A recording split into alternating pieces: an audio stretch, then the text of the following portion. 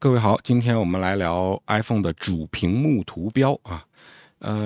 我想大部分观众会想，这还有啥聊的？一个图标是一个 App，点开就用就好了嘛。是这样的，其实很多真正好用的产品都会让你觉得像水跟空气一样，没啥好聊的。但其实这期呢，还真的没啥好聊的。所以我想先跟大家讲几个我听说到的好玩的小故事吧，关于主屏幕图标。一个呢，就是你会发现我们 iPhone 的主屏幕图标啊，它其实不是正方形啊，当然也不是圆形啊，从来就没有是圆形过，也不是正方形，而是圆角方形。那圆角方其实是 Apple 非常喜欢的一种形状，我个人也非常喜欢。它既不像圆形那么的圆，让人觉得没法控制，但是又不像正方形那样就觉得那么的有棱有角，让人有距离感，没法接近。那么圆角方呢，它有正方形的传统的4条边，会让人有边界感和稳定感，而又不像正方形那样有尖锐的4个棱角，它把棱角呢做了圆弧化，就是让人感觉不但有这个亲近感啊，但是又不失体面啊，就姑且大家明白我这意思就好了啊。而关于这个 iPhone 图标的这个圆角方呢，我之前以为就是一个普通的圆角方。那如果你做过一些平面设计，甚至说你做过一些演示文稿，不管是 PPT 还是 Keynote， 那么它里面都会有一个选项叫添加形状啊，其中有一个形状就是圆角方，而这个圆角方形呢，你是可以通过拉动一个滑杆来去自定义你这个正方形4个角的弧度有多弧啊，是少一点还是多一点啊？这我相信这个大家都能好理解，对吧？那我之前是认为每一个 iPhone 里面的 App 图标，它的圆角方就是一个固定的一个圆角方的弧度，我们用任何的 App 都能拉得出来。但是有一次我偶尔看到了一篇文章的介绍啊，就是说这个 iPhone 的每一个 App 还真不是你随随便便一拉就能拉出来的，它是用一个非常高级的数学公式去算出来的一个特殊的弧形，就不是那种普通的圆角方。其实我们原来公司内部在做一些 Keynote 的时候，为了抠一些图标，就简单粗暴的用 Keynote 里面的圆角方来去套在这个图标上，就把它抠出来。那后来我就知道，其实这是不对的，但是咱没那么高级的公式也没办法，有的时候实在找不到图标，也只能这么抠，大概率上也看不出来啊。但是真正你还原到 iPhone 的每个 App， 包括 Mac 跟 iPad 上，我相信都是一样。这些细节，我觉得研究 Apple 在设计上面的一些细节，永远会让人乐此不疲啊。这是一个好玩的小功能。还有第二个，我相信一些老的 iPhone 用户应该都还有点印象，就是 iPhone 图标的设计，外观设计在 iOS 7的时候有了一次大的转变。那我们说一点稍微偏专业靠的名词，就叫拟物化。那从第一代的 iPhone 一直到 iOS 7，iOS 6啊，这一路走过来大概有6年吧，我没怎么算啊。iPhone 的图标设计，每一个图标的功能都是用拟物的方式去尽量的呈现给各位。比如说一个计算器的图标，它尽量呢去画一个真实的计算器，包括时钟啊，包括各种你们如果能够看到一些比较早的图标吧，可以去看一下。或许在本期节目发布的时候，我会在这个社区那个帖子里面，我放一张我原来保留过的拟物化的啊，大家感兴趣的话也可以去看去翻找一下。我不能100%的确定啊，但是我会尽可能的在本期视频发布的时候，在我的帖子里面放这么一张照片，来让大家有一个观感上的呈现啊。但是从 iOS 7以后，就变成了俗称叫扁平化，因为拟物化嘛，你就尽量要在一个平面上去模拟这种实际物体的那种立体感。但是扁平化呢，就是把所有的一切全碾平了。那我还非常清楚的记得，在 iOS 7刚刚发布的时候，由于把拟物化的图标转成了扁平化的图标，带来了非常多的吐槽。就是很多人会觉得，拟物化本来很漂亮又逼真啊，那突然变成一个扁平化，好像就脱离了真实世界的感觉。但是呢，想跟大家分享的是，我个人还是非常赞成 Apple 的这种改变的。我不是说我不喜欢拟物化，两种我都喜欢，但是你再去评价这个改变的时候，要从整个 iPhone 的发展周期去看，而不要单单只看说这个好还是那个好。如果你只是在这两者之间去比较的话，那么像我这种两个都喜欢的，我该怎么办？因为真实的我这个就骑墙，真的是两个都喜欢，只要你漂亮我都喜欢的。那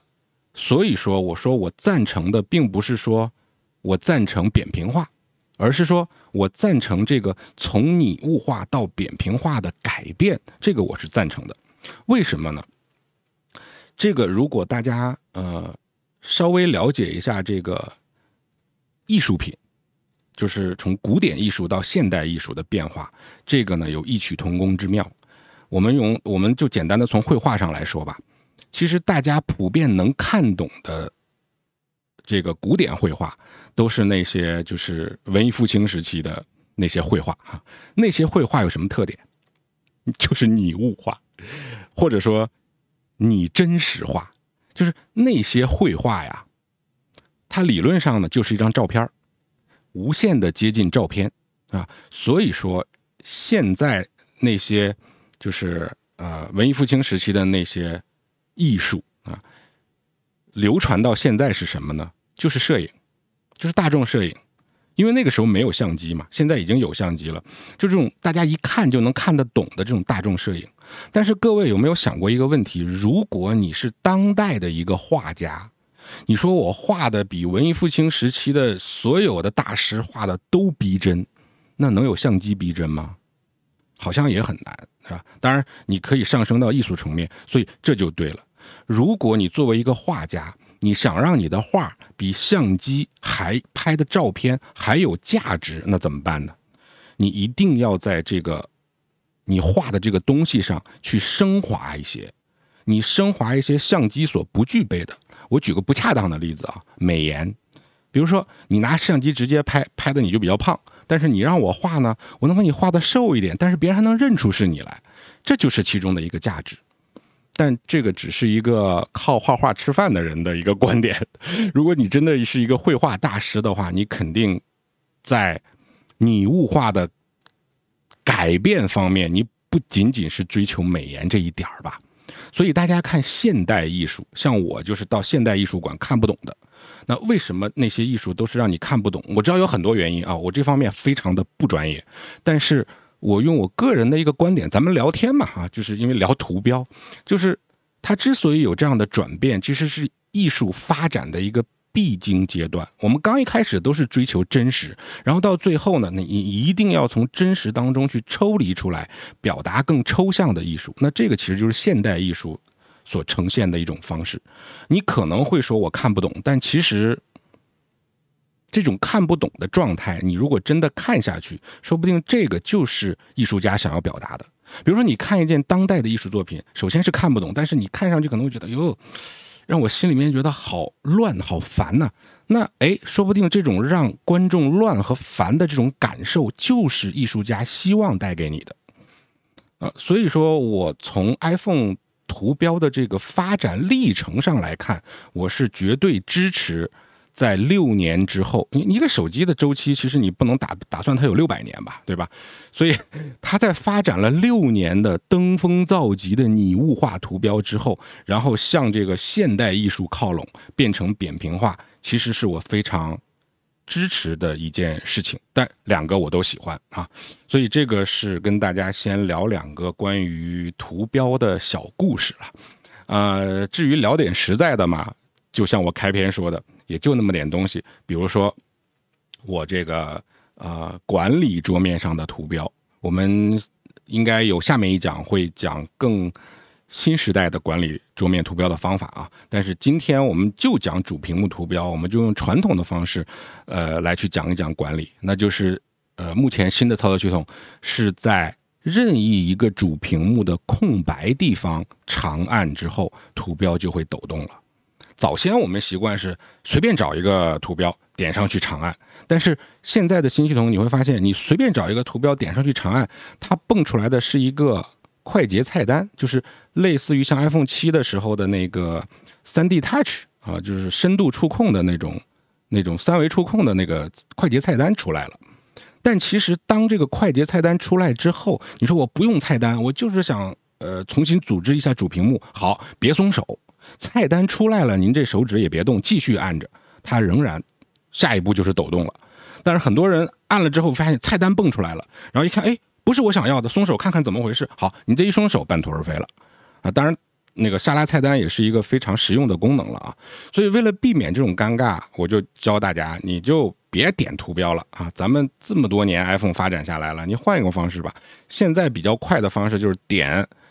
主屏幕上空白的地方，点一会儿，你图标就抖动了。这个时候你就会看到屏幕左上App 左上角的叉叉了。那想删除你就点这个叉，但是注意点完叉之后要看好了，一定要点红颜色的删除，而不要点从主屏幕移除。从主屏幕移除并没有真的删掉这个软件，那是怎么了呢？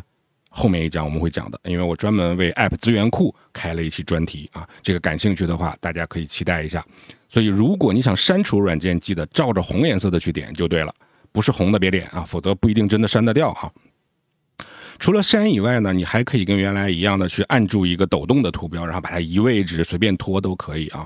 但是我发现很多普通用户还不知道的是，现在 iPhone 可以利用多点触控来去更高效的帮助你去移动批量的图标。比如说我在第一个屏幕上，我想同时移动5个图标到第二个屏幕，你可千万别这样挪5次啊，那个就没有听过我节目的人可以这么来，你听到这儿千万别这么来，而是怎么样呢？抖动了之后5个对吧？好，先按住一个，把它拉到一个空白的角落，别松手，然后再来一根手指点另外4个，点一个过来一个，点一个过来一个，点一个过来一个，点一个过来一个。5个图标的话，在你手指下面会显示一个5，这个时候你一个手指会同时抓住5个图标，然后你再把它挪到下一个页，挪到你的目标页数之后，一松手，这5个图标啪展开。这个是非常高效且优雅的方式啊！如果你有朋友不会的话，可以在他面前展示一下你的这个新学会的批量移动图标的这个功力啊。那当然了，还有一个传统的这个管理图标的方式就是文件夹了，因为在 iPhone 出厂设置当中会有一个好像叫附加 App 吧，还是什么工具啊，它就出厂默认给你放了一个文件夹，那个里面好像是什么水平仪啊之类的这种不太会用得到的出厂的 App 啊，但是真正用得到还是蛮好用的。我觉得它这么放呢，大概率上就是想变相的提醒用户说，嘿，我能这样创建一个文件夹哦，你是不是要探索一下？所以文件夹我相信大部分人都会了，就是抖动了以后把一个 app 拖到另一个 app 上，然后这2个 app 呢就会组成一个文件夹。那现在这个文件夹呢，原来是只有1页，那文件夹里只能放9个，但是现在呢已经可以翻页了，你这文件夹里可以放无数个。所以如果你想把20个这是5个20个app 同时放到一个文件夹里，应该怎么做？就是先拖一个下来，然后啪啪啪啪啪啪，一个手指抓20个，然后扔到那个文件夹里就好了啊！一定要记住多点触控和多线程的操作，就是现在的更新时代的操作方法。好，我想一想啊，关于 App 的图标，应该目前来讲就这么多了。如果大家在2024年秋天更新了新的 iOS 18的系统呢，我们在图标上还可以换颜色了啊！图标的颜色终于可以换了，因为我在用测试版，所以可以非常负责任的告诉各位，图标在未来也可以换成深色和浅色，甚至可以自定义。你甚至还可以用一个吸管去吸屏幕上的任何一个像素的颜色，然后把它作为图标的基调颜色。所以这个色彩爱好者应该是升级到 iOS 18以后是一个大饱眼福的福音会到来，但是这个呢，以我做节目的时间来讲还是后话。那以后正式版发布了，我们看情况要不要再跟大家补一期节目，专门去聊一聊刷图标颜色的这个话题。好，那关于主屏幕图标，我们今天就先聊这么多，感谢各位的观看和关注，我们下期再见。